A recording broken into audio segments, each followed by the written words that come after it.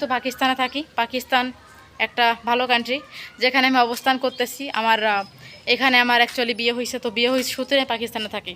তো এখন দেখা যায় যে আমাদের বাংলাদেশে কিন্তু প্রতিবেশীরা আমাদের বাসায় আসা যাওয়া করে, আমরা খাওয়া দাওয়া করি, বিভিন্ন ধরনের খাবার তাদেরকে আমরা দিয়ে থাকি, তারা আমাদেরকে দিয়ে থাকে।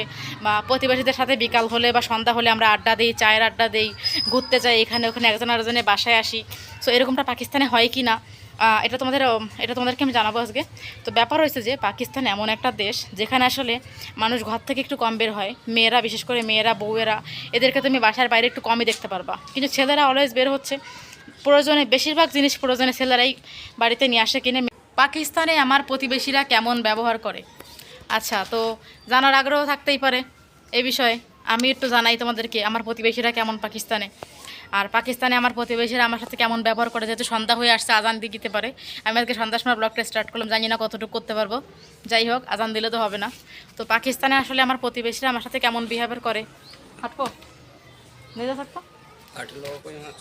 পাকিস্তানে আমার প্রতিবেশীরা আমার সাথে কেমন বিহেভিয়ার করে, তারা আমার সাথে ভালো ব্যবহার করে কিনা, আমার সাথে সুন্দরভাবে কথা বলে কিনা, আর আমি আমার প্রতিবেশীর সাথে কেমনভাবে বিহেভ করি, মিশি কিনা ওদের সাথে, আমার সাথে সুসম্পর্ক আছে কিনা, আমাদের ঝগড়া হয় কিনা প্রতিবেশীদের সাথে, এটা হচ্ছে জানার মতো কথা।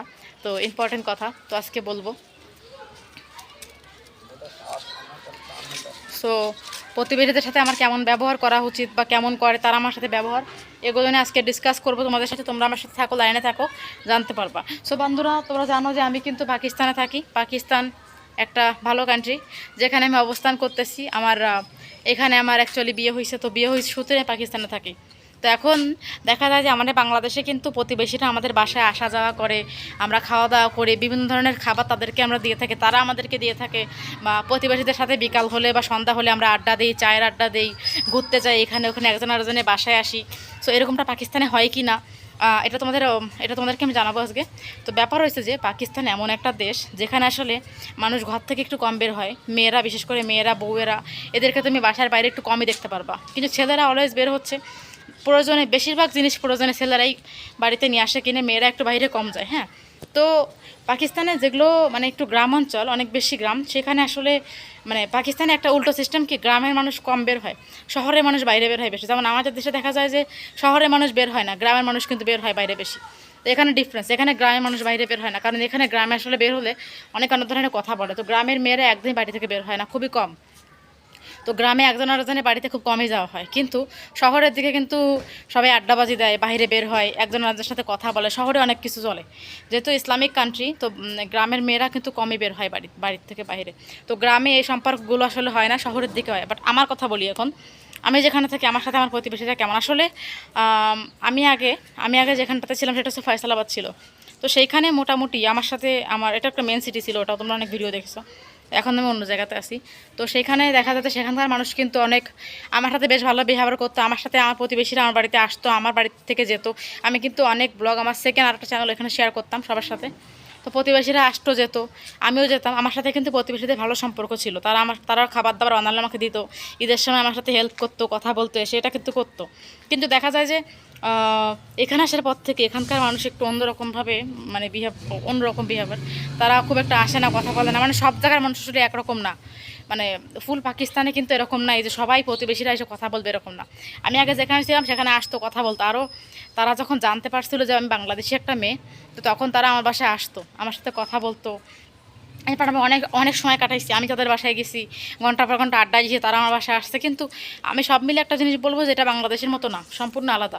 বাংলাদেশে যেরকম একটু আমি সব মিলে ফ্রিলি ঘুরতে পারতাম, ফ্রিলি কথা বলতে পারতাম, এখানে আসলে এরকমটা হয় না। এখানকার ব্যাপারটা আলাদা, এখানে একটু মানে এক কথায় বলতে গেলে একটু স্ট্যান্ডার্ড লাগে আমার কাছে। হ্যাঁ, মানে একজন আরেকজনের সাথে এরকমভাবে মেশে না, আমরা যেরকমভাবে বাংলাদেশে মিশি, আমাদের যে সম্পর্কটা আছে বাংলাদেশের, এখানকার ওরকমটা না। এখানকার মানুষ একটু অন্যরকম, মানে আমরা যেহেতু এক কান্ট্রিতে বড় হয়েছি, এটা আর একটা দেশ, তো এখানে ওরকম না। তারপরেও আমার কাছে ভালো লাগে যে না, মানুষ মিশতেছে, কথা বলতেছে, কথা বলে, মেশে। কিন্তু এই বললাম না, বাংলাদেশের কোয়ালিটির মতো না, ডিফারেন্স। যারা পাকিস্তানে থাকো তারা বুঝতে পারবা। বাট আমার এই প্রতিবেশীগুলো কি,